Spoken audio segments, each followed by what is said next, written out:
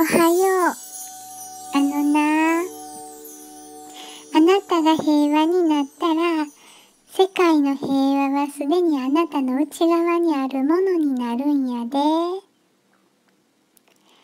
あなたに他人に対する責任があるとしたら、このことだけやねん。つまり、あなたが自分のハートと心に平和をもたらすことやねん。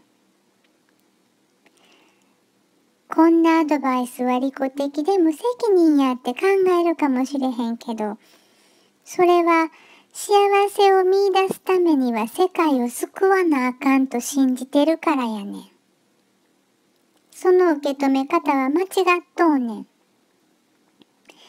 自分がまず幸せ感を見出さへん限り、世界は救われへんねんで。